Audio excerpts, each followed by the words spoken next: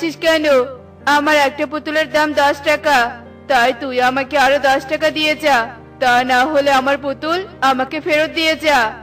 কালুর কথা শুনে সুখী ও পারুল তার কাছে আসে আর পুতুলটা কালুকে দিয়ে বলে, এ নাও তোমার পুতুল। আমি কালই এক ফেরিওয়ালার কাছ থেকে 5 টাকা দিয়ে পুতুল কিনেছিলাম, আমি বরং তার কাছ থেকে আরো পুতুল কিনবো।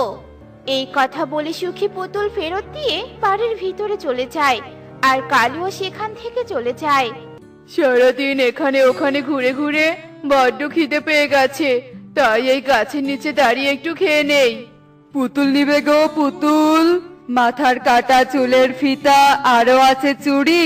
তোমরা যদি নিতে চাও এসো তাড়াতাড়ি। ও, এটাই তাহলে সেই ফেরিওয়ালা যে কিনা হঠাৎ এই বনে এসে আমার ব্যবসাটা আর 12টা বাজিয়ে দিচ্ছে। না না, একে একটু বাজিয়ে দেখতে হবে। এই ফেরিওয়ালা, এই এদিকে একটু আয় তো দেখি। আমাকে ডাকলে গো দাদা? বলছি কি, আমিও তোর মতো ঘুরে ঘুরে জিনিসপত্র বিক্রি করি, কিন্তু তুই এত কম দামে জিনিসপত্র কেন বিক্রি করছিস বলতো? বেশি দামে বিক্রি করে লাভ করবি, বুঝেছিস?